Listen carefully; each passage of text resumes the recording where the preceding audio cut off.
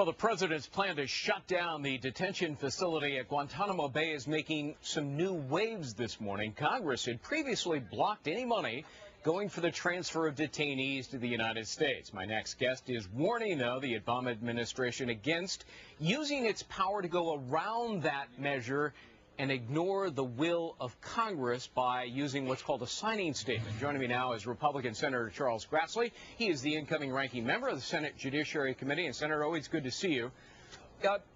These signing statements are used by presidents all the time to circumvent the will of Congress. This morning I researched it and I found 159 signing statements by the last President Bush. So, in fairness, don't all presidents do this, and aren't they entitled to?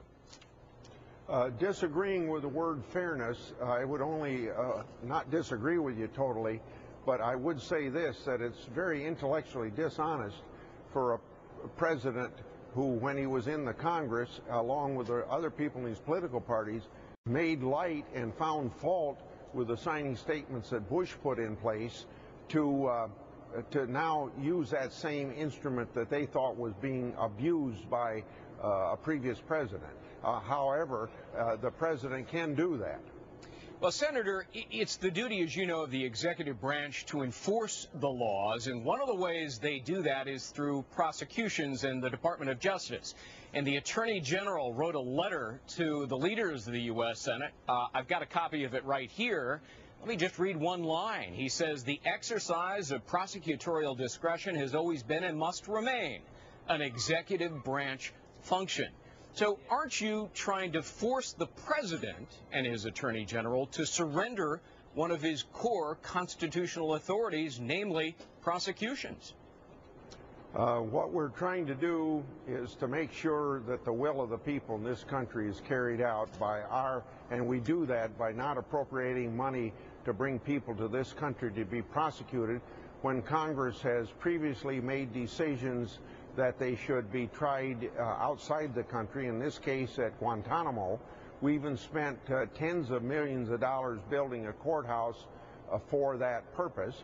We've also had tremendous negative reaction from even the people in New York City where the trial was going to be held, and by the senators who were Democrat senators from that state, that the terrorists should not be brought to the United States.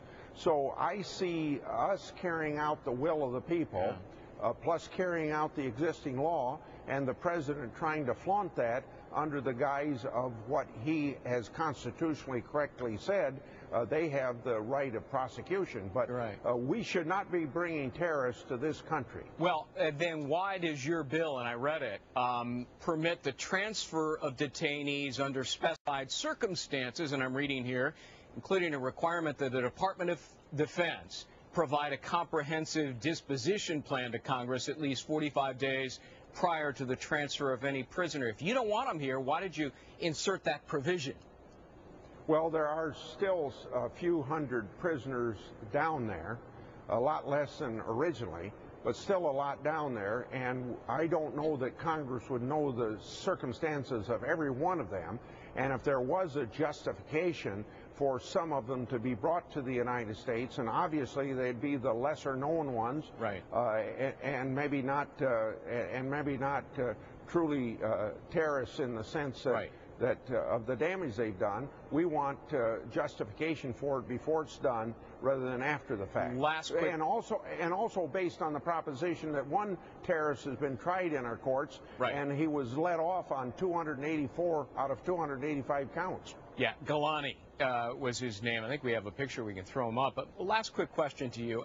As I read, and it's pretty clear to me, your legislation, it prohibits the use of funds from the Department of Defense. Now, would you agree that the executive branch does have the ability to tap funds elsewhere for the use of transportation to the U.S. and prosecutions? Well, maybe constitutionally the president might be able to do that, but he would obviously be doing it contrary to congressional intent, and congressional intent carries out the will of the people as expressed very clearly that no terrorists should be brought to this country to be tried. And when Democratic senators that are very liberal in the state of New York say they don't want them tried in New York, it seems to me that's pretty clear proof that the president is acting contrary to the will of the people. Senator Charles Grassley, as always, sir, thank you so much for taking a few moments to speak with us. Thank you.